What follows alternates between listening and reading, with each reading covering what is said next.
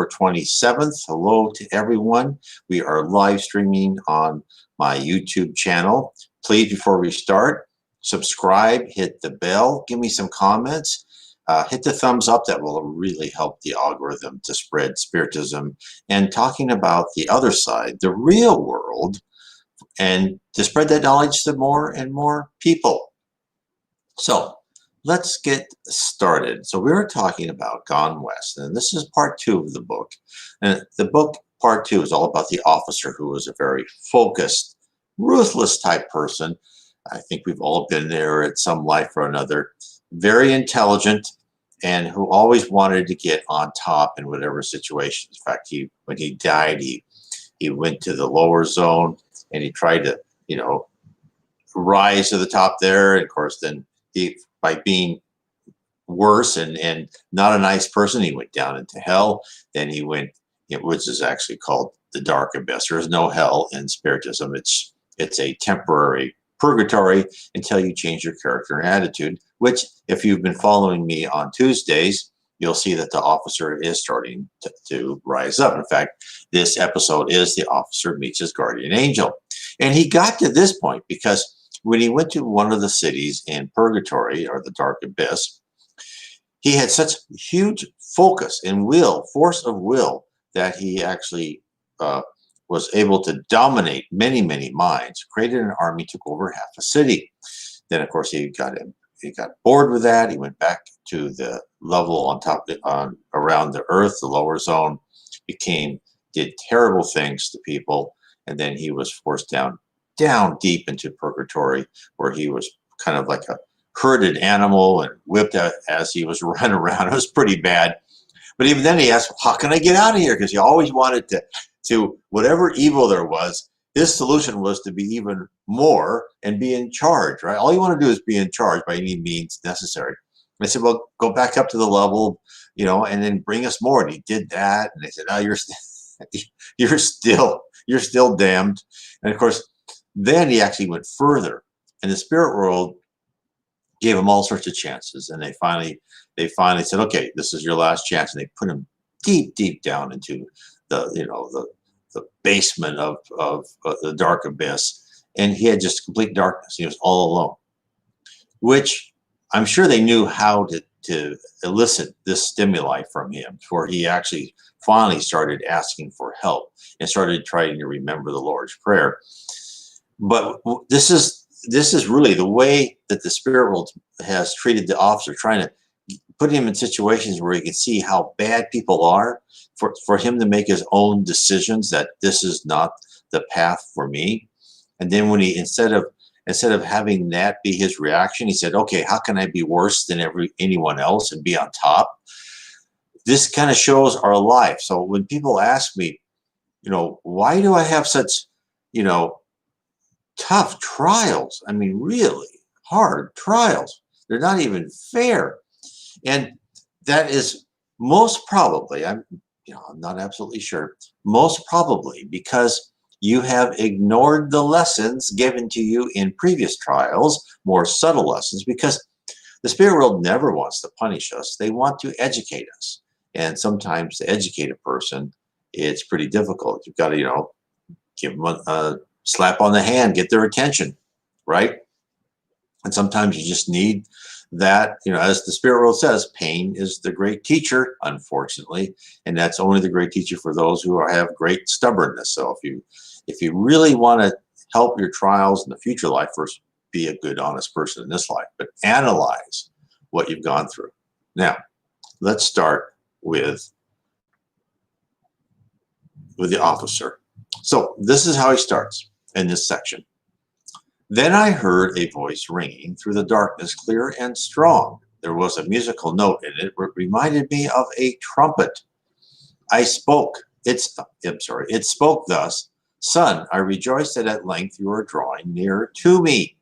For many years you have driven me from your side, but I have never forgotten you.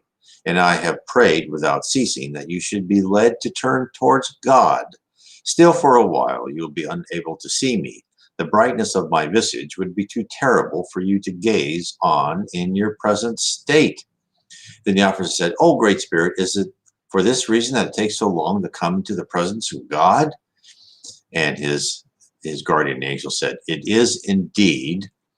How could any man pass straight into the presence of God's brightness? But now let us start upon the journey. Follow my voice, and as you progress gradually, I shall become visible to you as you are able to bear the light. Now let's talk about this. This is the officer's guardian angel.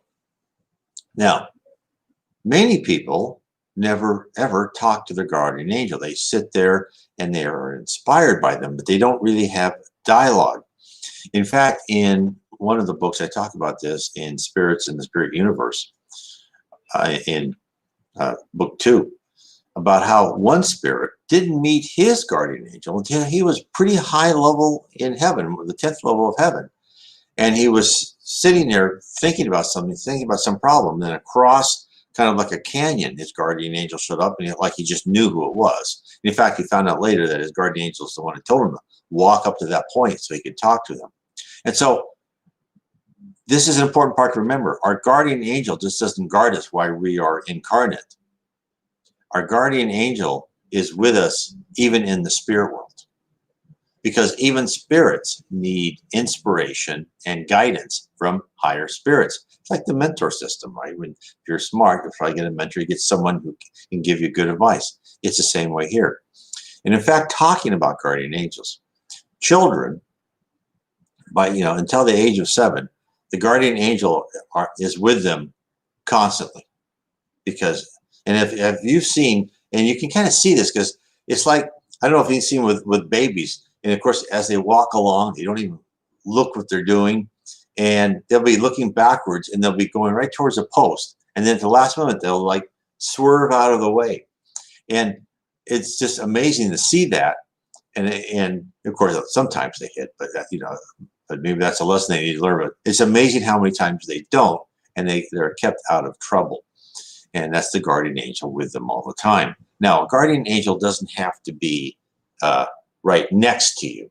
It can be millions of miles away, but it is connected to you through a communication link. And therefore, when that guardian angel will be notified ahead of time, because of course that guardian angel will see your future for a certain period ahead that you don't see. And it will know that if something really bad is going to happen, then it may come and be next to you, or may be closer to you, or it may not need to be, just give you advice. And so these things happen. So everyone here is assigned a guardian angel, not just in your physical body, but as a spirit also. So again, Spiritism is bringing to you information that you have not heard of before. That is why Spiritism is so interesting.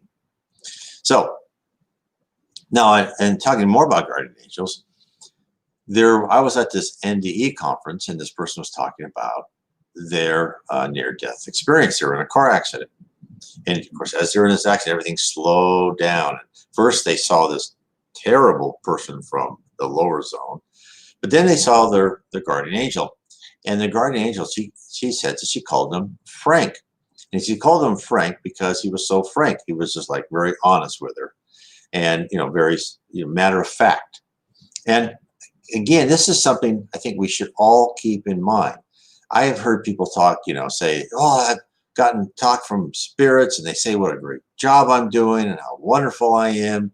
And I'm thinking to myself, you better watch out because that could be a false message. Because, now why do I say that? Because everybody loves to hear how well they're doing, right? But if you really look and research messages from higher spirits to us humans on Earth, it'll be like this lady said. It'll be someone frank saying, because at one time she said, yeah, he told me to watch out what I was doing because I was going to have an accident. He says, oh, I don't need to watch what I'm doing. Of course, then she fell down the stairs and I think broke her arm or something. So, I mean, it's like these angels, they're not here to butter us up. The guardian angels and higher spirits in general are here to tell us truth. They are like the teacher that you respected. You may not have liked because you were young and you didn't want to do any work. Later on, you really respected, oh, that person really made me better because that teacher treated you like you are capable of doing this. You're just either too lazy or too stubborn. right? You need to do X. And that is what you should expect from messages from higher spirits, is they'll give you guidance, they'll give you truths. Very seldom they'll give you outright flattery. They may say, oh, that was a good job, right? But they won't be excessive about it. So especially if you're going to a medium or you're trying to be a medium, and that's why you should always read the medium's book. You should never do things without education. And if you can, go to a Spiritist center and train how to be a medium.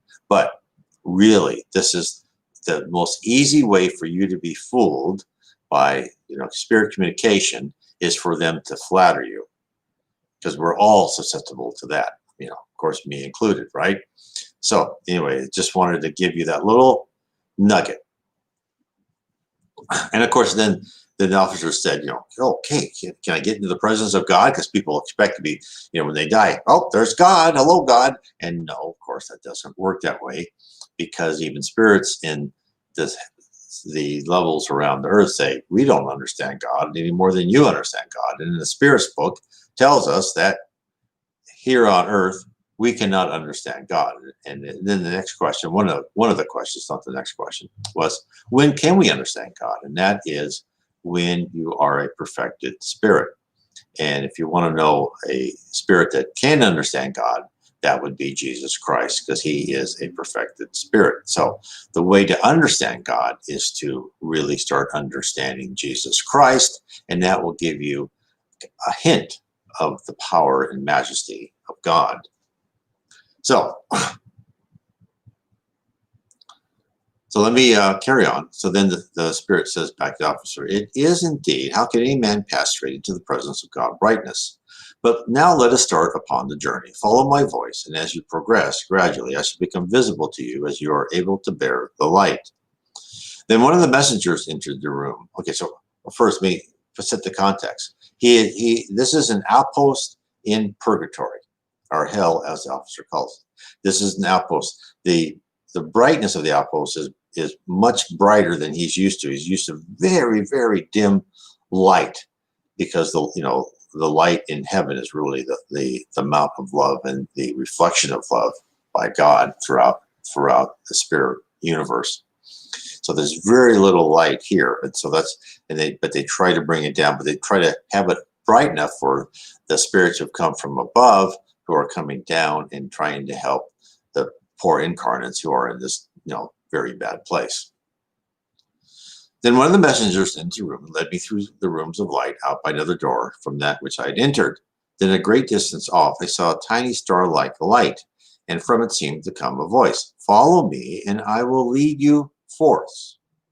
So I followed that light through the darkness, and every now and then my guardian spirit, as I afterwards learned to call him, spoke words of comfort and encouragement.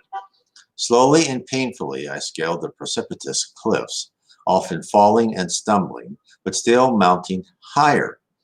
When I was about halfway up, so the officer had left the outpost, and so it was very dark, right? Because he was in this low area of the dark abyss, or his purgatory.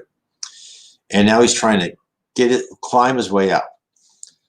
When I was about halfway up, the path ran along a narrow ledge, and on turning a corner, I saw a great cave from whose mouth rushed out a band of spirits.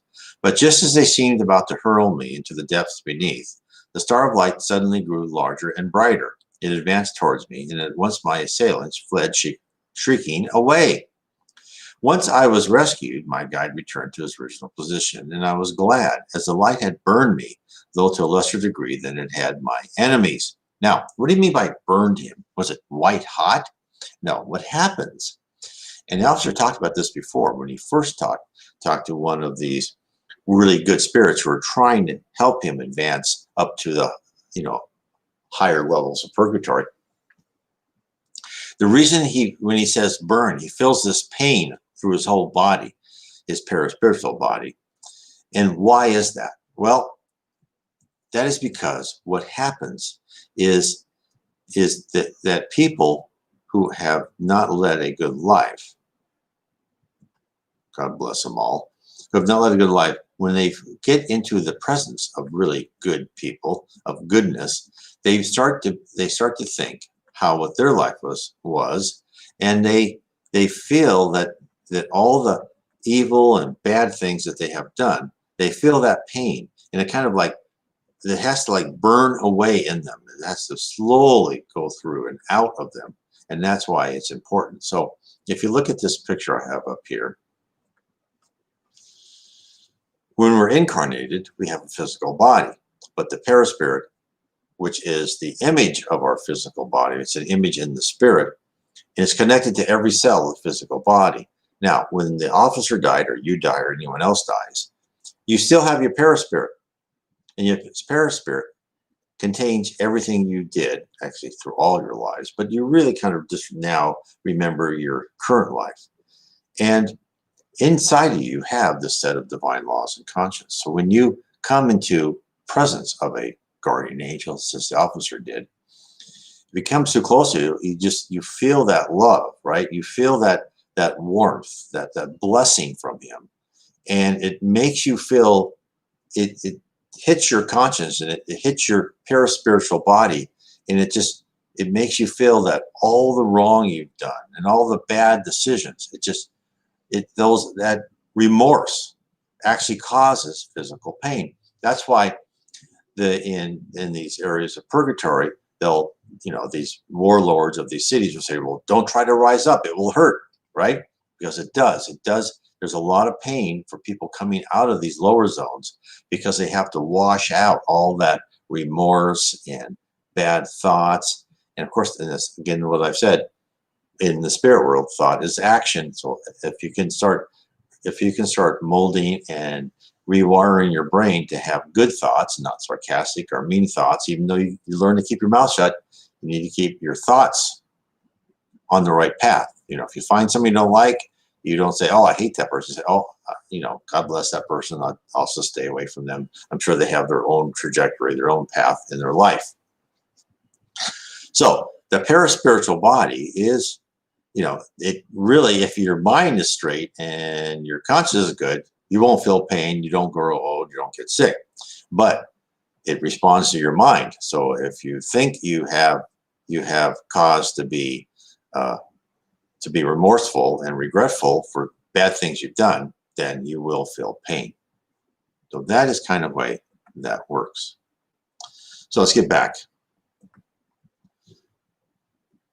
So then the officer said, presently I saw a great waterfall which seemed to break right across my path.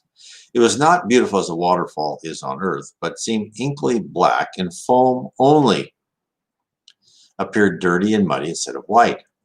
At first I despaired of being able to continue on this path, and sought out a track which would lead higher up the side of the cliff, but I could find none. On looking toward my guide, I noticed he was standing close up against the edge of the waterfall, and as I watched, he seemed to pass through it. On approaching nearer, I found that the waterfall fell clear of the ledge of the rock in a kind of arch, and went thundering down into the black chasm below. You may be surprised that there was any sound, since it was not material water. I cannot myself quite explain it, but I think seeing the waterfall, I expected to hear a sound, so I imagined it. Anyway, the noise was like thunder as I approached, and summoning up all my courage, I crept along beneath the arch of the water until I reached the other side. Now the path assumed more and more the shape of flights of steps, and in time it became obvious that these were not natural, but built deliberately, and moreover, they were kept in constant repair. Till now, I had hardly ventured to speak to my guide, but now I inquired, who is it who has built and kept in repair this path and stairway?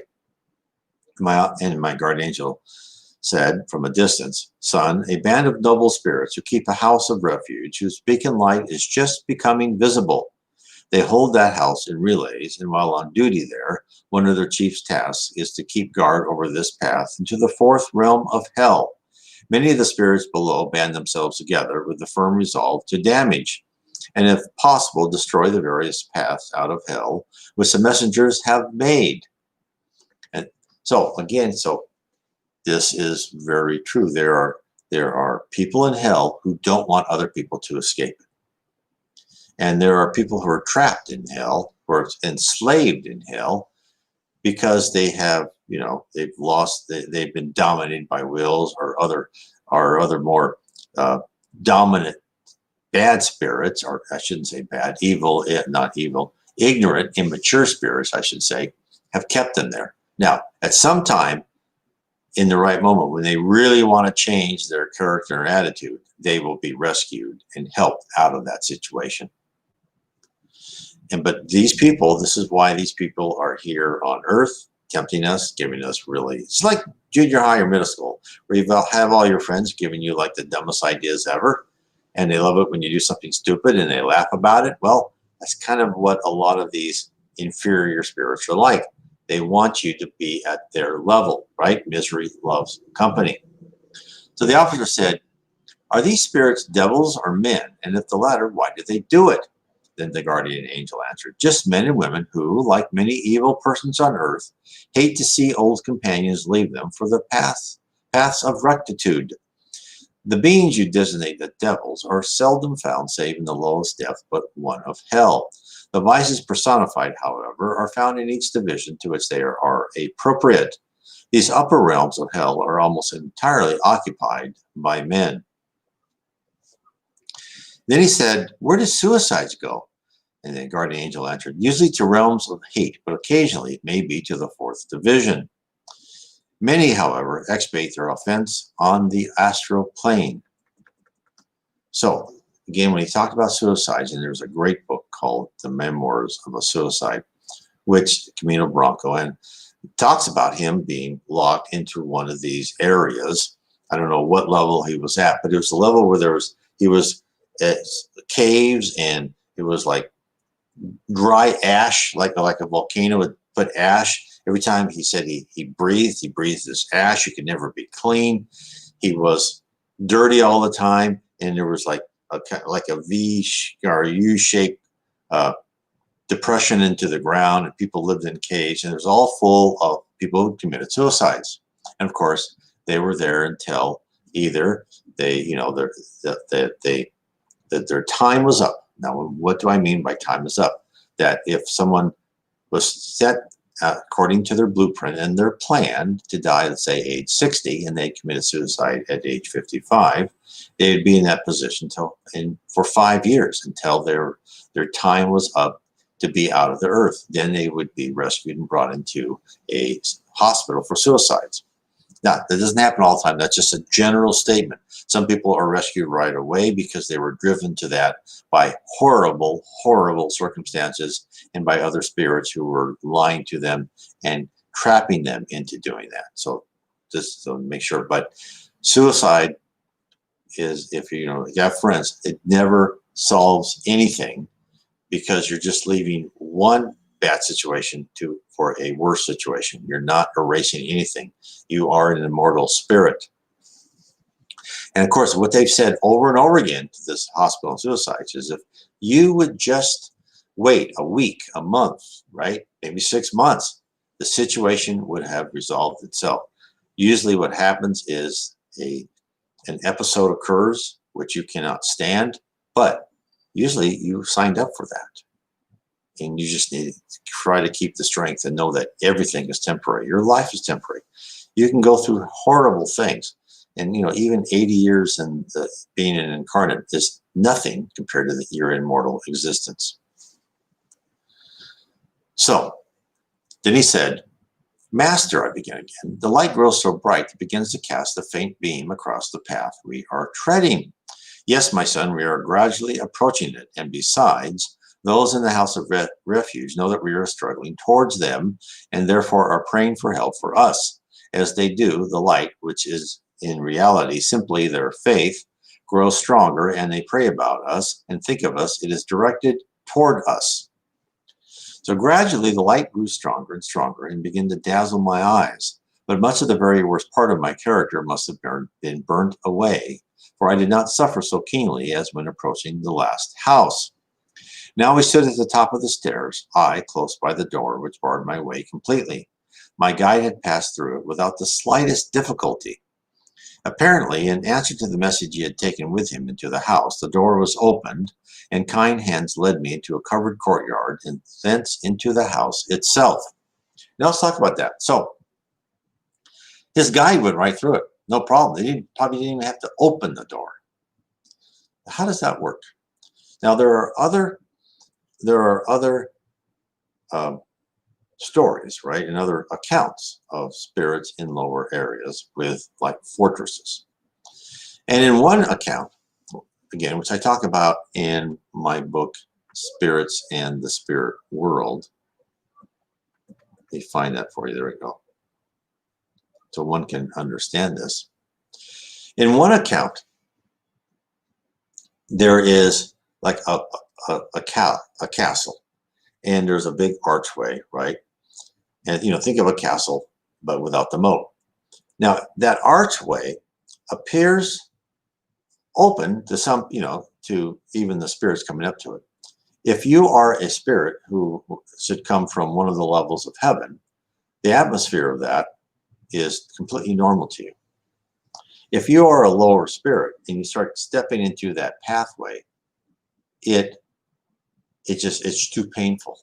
You can't stand the atmosphere, the brightness, just the whole, because everything about it. You're not attuned to that higher level of heaven, and therefore you can't enter. In other accounts, there is like a door, but then if you're a spirit at a certain level, it automatically detects you and the door disappears and you go right through. If you are an inferior spirit, the door remains closed until a spirit of the right level will come and open the door for you.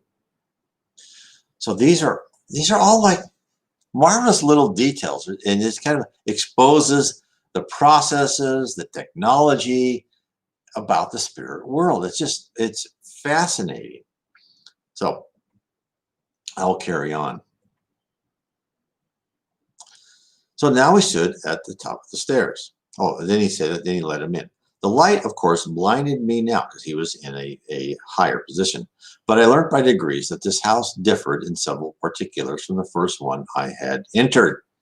It was a good deal larger and was built around a covered courtyard. Part of its duties was to guard the stairway and to prevent it being damaged by the evil ones who dwell below, and also to see that no dwellers in the 5th division inadvertently wandered down into the 4th. For if they did so, they could not easily return. It was also a place of refuge and refreshment, both for the messengers and for those they rescued, which is the officers 1. Here let me add that those who grew too evil for the 5th division were hurled over the edge of the precipice by the populace, which they had exasperated to fury. The 5th division is on the whole eminently respectable. It rather prides itself on it, though is not so insistent on this fact as the 6th realm, which makes quite a fetish of it. So interesting. So there are, according to the officer, I've not heard this before, there are degrees and there's pride in people where they live in this purgatory. Finally, this gatehouse also protected the head of a bridge, a covered bridge, which stretched across an ink-black river, which here plunged over the cliff and thus formed the great waterfall under which I had passed. The further end of this bridge was likewise held by the Brotherhood, who were in charge of this house. I will stop here, and next time we'll tell you more about this river. So, here is the officer. This is the second kind of outpost that he's gone to. The first outpost was pretty well dim, pretty small. It was further down into hell. Now he's into a bigger place. It's got a bridge, it's got a courtyard, it's organized. It's really there to help people kind of get their minds and their character ready to start ascending, to start letting off all their bad tendencies, their primitive characteristics. Because after all, why are we here on earth? We're here on earth to live through emotional trauma. I got news for you, not here on earth to have a great time and pleasure, have pleasure and luxury. No, we're here to fashion our character and our personality for the best, right? We were supposed to rip out primitive emotions, hate, envy, misery, right? Selfishness, pride, and replace them with love, fraternity, charity, and honesty. You know, it sounds easy when you say it. Oh, I can do that. But once you really get into it and you really understand what that means, it is a long slog. And believe me, it can be done. And I actually talk about how can you ascend in my book, How to Live Inner Peace Through Spiritism. And it's based on a poem with very short stanzas, 24 stanzas by the Spirit Henri Louis. And I take each one of those and it kind of builds into what you need to do for you to mold your character and your personality to spiritually ascend. And I try and I interpret what each short stanza, 4 or 5 words, and interpret what the spirit world really meant by that, and by using writings from Spiritist literature, how you can achieve that. So hopefully that may help you quite a lot if you're interested in really learning how to transform your character. Because believe me, and other people told me the same, the more you work on your character and your ability to filter out on your conscience things that are that could harm people, are not the right path, even though you know that could give you a greater income. But when you sacrifice that, you feel just less stress. You feel better. It is all true. So then the officer said, led by my guide, I crossed the bridge, which was entirely covered in and therefore full of light, and entered the watch house. So then he entered another part of this whole facility on the further side of the river. Here we did not stay long, but passed out once more into the fog and gloom. For some time we walked along the bank of a broad and filthy stream which ran into a great river. With the stream on our right hand, we journeyed till we reached a huge city. It was a most dismal place, great chimney stacks everywhere, and factories and warehouses on every side, and between them ran squalid, dirty streets. Filth and grime were everywhere. In and out of the factories moved streams of workmen, and I stopped to inquire what they were doing. One replied, working. What do you suppose? But what do you do with the goods? We sell them, of course, but the funny thing, as soon as they are sold, they return to the factory from which they came. That is why all the factories have so many huge warehouses. We're constantly building new ones to hold the goods. The whole place seems choked with them. Can't get clear of the damn things. The factories are constantly getting jammed up with the things that return. No matter how hard we try to get rid of them, they always come back. Now, and the officer said, why don't you burn them? And the stranger said, burn them? Why, we burn a dozen great warehouses at a time. But there they are again. Simply can't get rid of the beastly rubbish. And the officer said, well, why do you keep on making the goods then? And the stranger said, we can't help it. We seem driven by some strange force, compelled to work and work without ceasing. There is no rest. A strange, mad instinct seems to drive us on. When I was on earth, I thought of nothing but my work. I worked hard, damned hard, day after day. And this is my reward, on and on and on, doing the same thing over and over again without rest, forever and ever and ever. I can't make it out. The officer said, well, I suppose you thought of nothing but your material interests when on earth. So in hell, you're still going the same way. And the stranger said, hell, there's no such place, or heaven either. And the officer said, well, where are you? And the stranger said, I don't know and don't care. Why, look at what a number of churches and parsons there are here. But I've no time to stop talking to fools like you. I must get back to my work. So here is a great vignette of one of the levels of this dark abyss, or lower zone. I'm not quite sure where this is. And these are people who all they did was work to get material gain. And of course, where did they go? Where does the spirit world put us when we pass over? Well, they put us where we fit in best. It's called the law of affinity. And what the law of affinity says, you will go with people with like minds like you, like groups with like, right? Same kind of core beliefs, character, hobbies maybe. These things are then your group together. And that's why it's so important to set yourself off from the majority of our culture so you can enter one of the levels of heaven. In fact, Chico Xavier, when asked how many people do enter heaven? And he says it's about 3 out of 10, about 30% of people will enter heaven. So it shows you 3 out of 10. Very interesting. I wonder what it was 1,000, 2,000, 3,000, 4,000 years ago. Probably a lot less. We're making progress. Slow. Of course, to us it's slow. Maybe the spirit world is gone on pretty rapidly.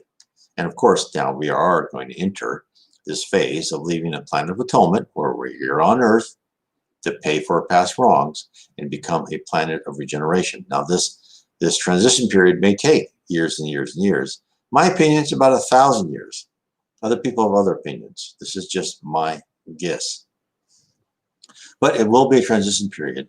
And as we start this period, we are told by spirits that more and more good spirits will be born onto the earth. And the spirits who cannot not transform themselves and conform themselves to become a better person will be sent to other planets, either on the same level or probably a little bit less level, maybe a primitive planet than the earth. So here are these things full of people who are driven to work thinking it's going to give its own reward without ever asking themselves any spiritual questions whatsoever. Now, I can understand that. I've been there, right? It's like, for me, it's like my 20s and 30s. I hardly remember that. All I did was work.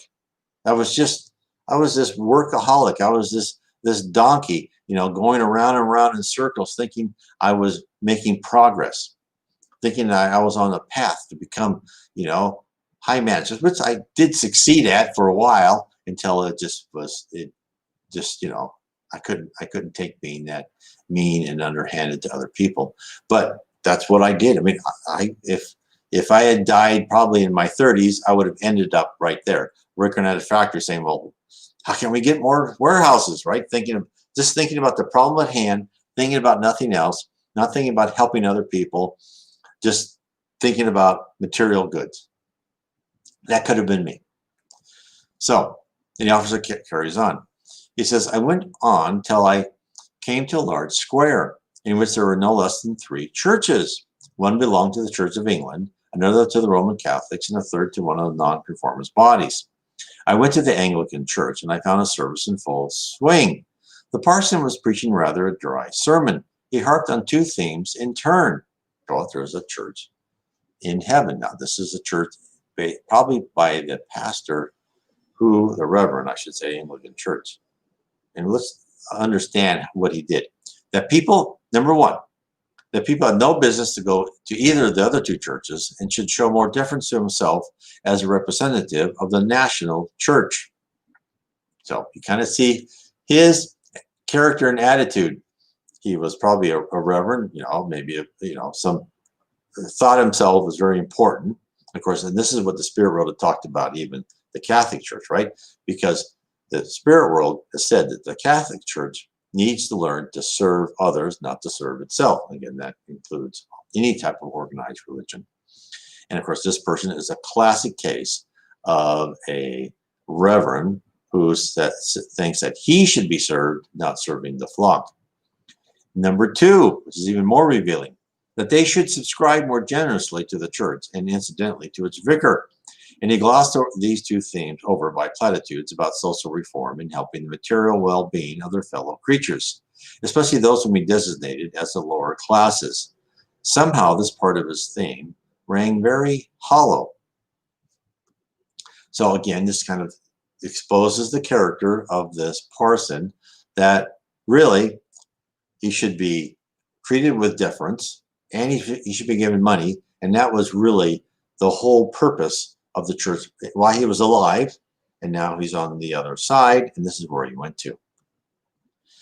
Then the officer said, I noticed the congregation paid little heed to the sermon. Some were whispering scandal to the next door neighbors. Others, mostly women, were criticizing the clothing of their neighbors. Several men were talking business. In one corner, 2 men were arguing violently, so much so that they interrupted the preacher, who glared at them angrily. I went and visited the other 2 churches and found a similar performance in each. We then went on and came to the shopping area. Here we found a similar state of affairs to that in the factories. People came to buy, but the money they gave for the goods returned to them, while the goods returned to the shops almost at once. I asked one shopkeeper where he got the things he tried to sell since the factories could not supply him. He said, oh, they came here with me. These are the things which were in my shop when I died. Here they'll stick till I'm sick and tired of seeing them. So this shows you the mental faculties that are existing all around these people in this level of purgatory, right? This dark abyss or the lower zone, wherever that is. The shopkeeper, in his mind, he had a shop. In his mind, he thought of the things he'd sold. They showed up with him when he went to the other side because his mind created them. He did not even understand it. His mind created those things he was selling. So therefore, when he gave one to someone, that idea left the shop, but then he thought of it again and it came back. And again, what spirits tell us is that spirits from the lower levels, right, below heaven, don't even understand how much their mind affects the environment that they are in. In fact, there's one story of the spirit that tried to climb up and up into one of the levels of heaven to try and find his wife. And he saw his wife and was shocked by what he saw, and he fell down. And when he fell down, he kind of fell into this grassy area. And a spirit was assigned for him because they knew that he was going to try that. And he said this wonderful green grass around him was, and he was sitting there unconscious, not because he actually was in pain or actually was hurt, but because he thought he was in pain and he thought he was hurt, and so he thought he was unconscious, and therefore he was. He goes, but as he laid there, the green grass turned brown because it started being affected by his character, by his thoughts. And he said, spirits at that level don't even know how much they affect the environment around them. So, here we had a parson, right, who all he wanted was money and adulation. And the people in there, all they wanted to was, they thought, well, I had to go to church so I can gossip about people, right, and show how good I am. They're all there in their own little mind loops, and they're all grouped together. So think about that very carefully. How our minds really affect where we are in heaven now, or in the other side, I should say. Now, there are some people who say that when you die, you create your own heaven. And so what I just said says, well, yeah, that seems like it's true. But it's partially, but so you have to think. You have all these people with all of these thoughts and all these mind loops or these visions, right? And so for when you're in there, you're affected by all these thoughts too. So you kind of conform to the environment that they're in. That's why the law of affinity works. So you're in there and you conform to that law, right? You conform to them. So you think you're in a town. You are making things in the factory because you've worked in the factory. You're a shopkeeper, and these are all the things you have. These all became normal to you because you're affected by other people's thoughts. So, and then when you're in heaven, again, you've got superior spirits creating wonderful vistas, wonderful, and you can create your own house if you want to, right? And you can work with groups of spirits to create buildings and oceans and mountains in the spirit world. But you do it in concert with other people when you do great things. So you're not like this person all by yourself into your own fantasy world, but you do have a love effect on the environment. So then the officer asked the shopkeeper, why don't you give up keeping a shop? And he said, what a ridiculous idea. What on earth should I do without my shop? Why, my whole life has been centered in selling things ever since I was a boy. He turned away in disgust, began to serve a lady who wanted to buy a new hat, which returned to the shop a few minutes after she had taken it out. Then, so again, this is showing, this is the fantasy, the images. This is the spirit world is full of logical constructs. It's a subjective world. What do I mean by subjective world? It is a world made that what you think it is. We live on a objective world right now, our physical world, meaning it is what it is. You really don't get to choose if that mountain's tall or not, or your house is what. No, that's just the way it is. That's the way the spirit world made this physical world, because they didn't want us to, to change the environment. They wanted the environment to change us. That's why we're here. That's why we're in these incarnate bodies. And it's why emotions just wash over us and hurt us more than, affect us, I should say, more than anything else, because that's why we're here, is to change our character and attitude. So then the officer said, I went to the council chamber and found a crowd of men wrangling about improving the town. But after listening for a long time, I came to the conclusion that though they might talk forever, nothing would ever be done.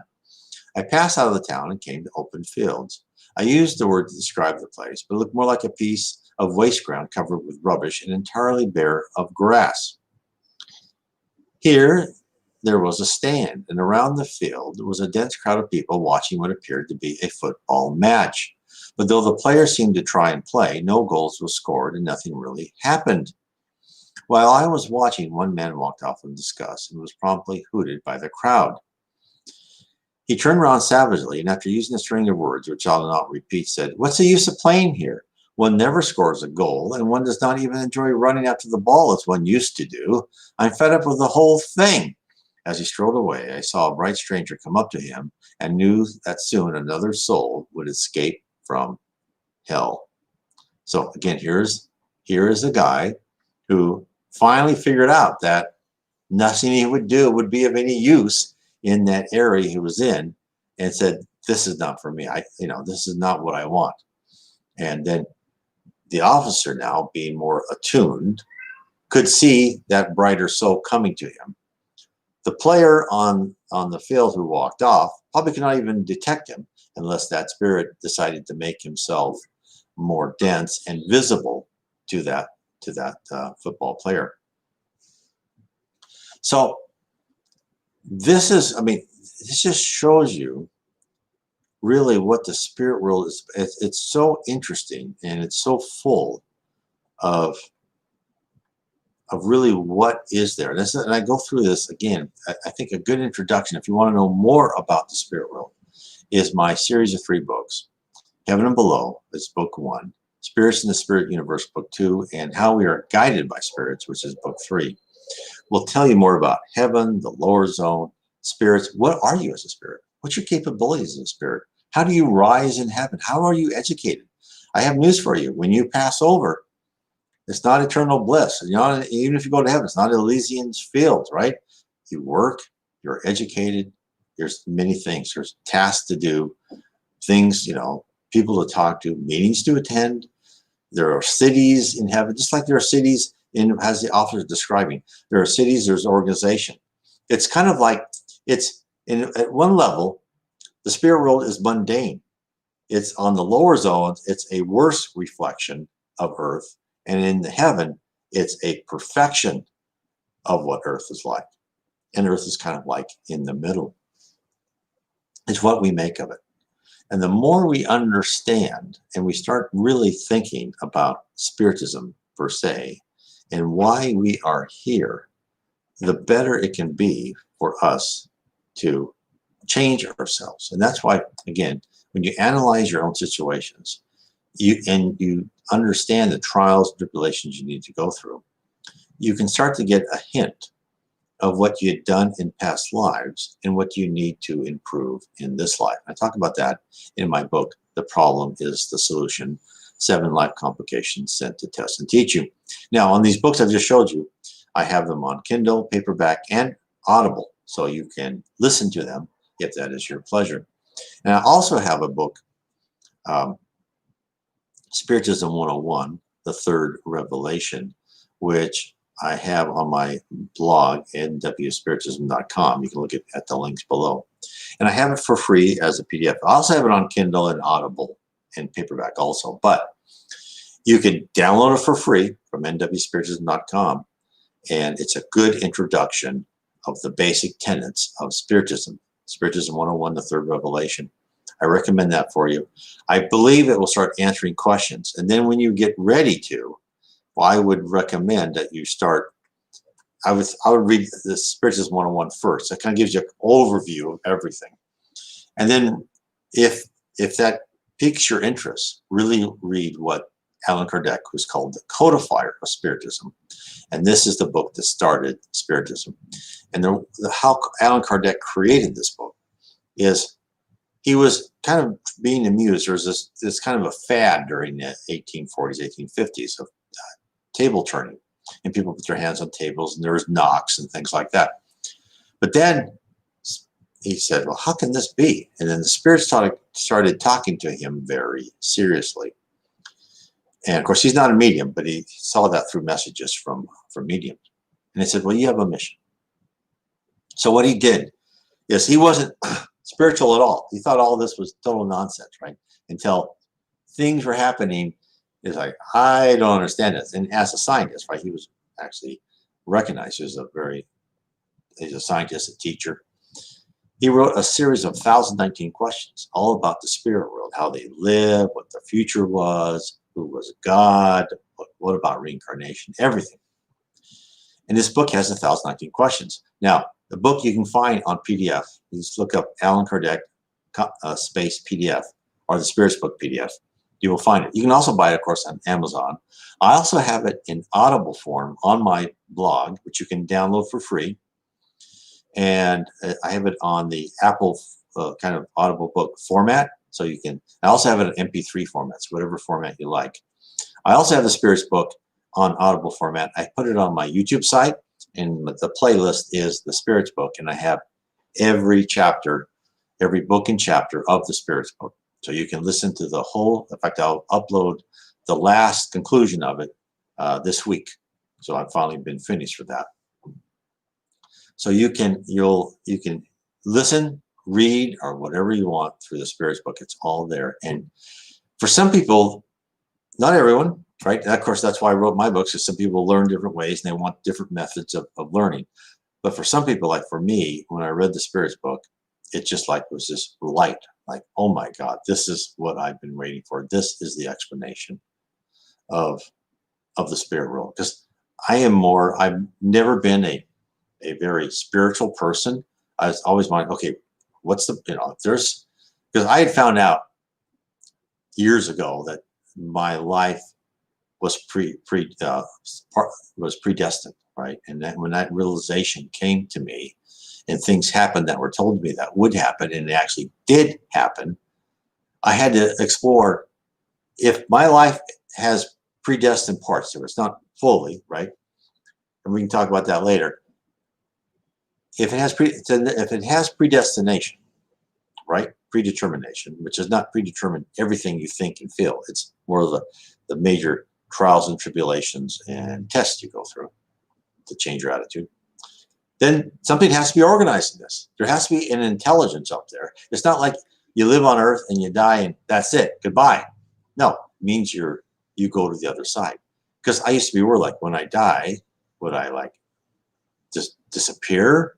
Would I meld into the great spirit and lose my personality, right? Or let's say I got in an accident, I had brain damage, and I was in really bad shape. Would I be that way in the spirit world? And the answer is no.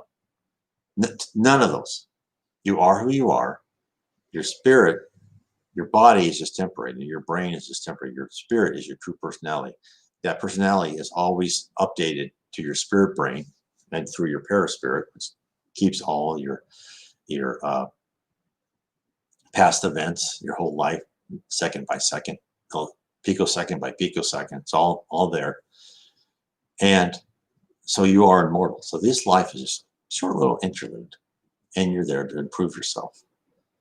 And you're on Earth, and you go through. And if you are a high enough spirit, I don't mean like high in heaven. I mean just mean at least not a complete down to the depths of hell.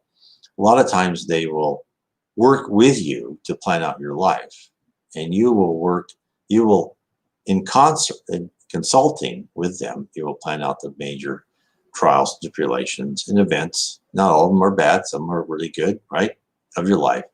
And you plan those out for one purpose. It's not to be rich, right? It's not to be famous. It's to improve your character and your personality. That is what you want to do. In fact, there are stories, I talk about that in my book, The Case for Reincarnation, which talks all about the of how reincarnation works. And in the book, The Case for Reincarnation, let me go back here and find it here. It talks about this when Andre Louis is in the, let's call it the Reincarnation Pavilion, I believe. And there's a picture of a woman's body and what it's going to be like when she reincarnates.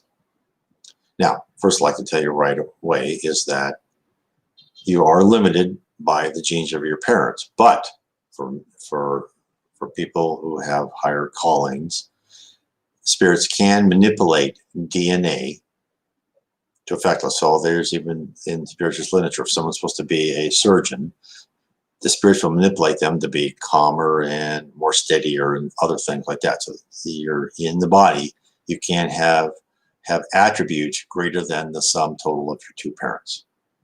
But anyway, getting back to her, she had this body. And he was kind of listening into the conversation. And then she says, no, go look, this body's too beautiful. I don't want to be a Venus on Earth. And of course, the reason she said that is because she knows if she came to Earth, drop dead gorgeous, just excluding charisma, sex appeal, she would not really be allowed to go through the trials she wanted. Her life would be too easy on one hand and too difficult on another, because she'd have jealousy and enviness, right? Hatred arrayed against her. She goes, no, I'm not going to Earth to be a great beauty. This is too beautiful, right? I need to be less. So this is something I want to tell everyone, men and women, because they say men who are too handsome and exude too much charisma, again, maybe life's too easy for them. So no, she goes, I'm here to learn certain lessons. That's my goal. So if you don't like your body, don't blame your parents totally, right? Blame yourself, because you're the one that chose that body.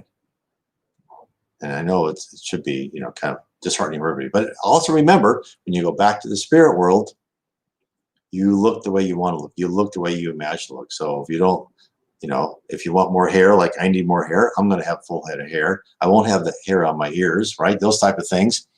You'll get rid of all that. And what they say in the spirit world is if you're old, you get younger. If you're young, you get older. A lot of people think in their 20s or 30s or 40s, right? Maybe some like they appear as they were in their 50s, but you will appear as you wish to appear. So anyway, I think we've come to the end of our time. I want to thank everyone who's joined me. I hope you've learned a lot. Please, again, subscribe. Please remember to hit the like button, and then share this video. That will help a lot. Share that with your friends and other places on Facebook or wherever you think it should be, where you think it will help people.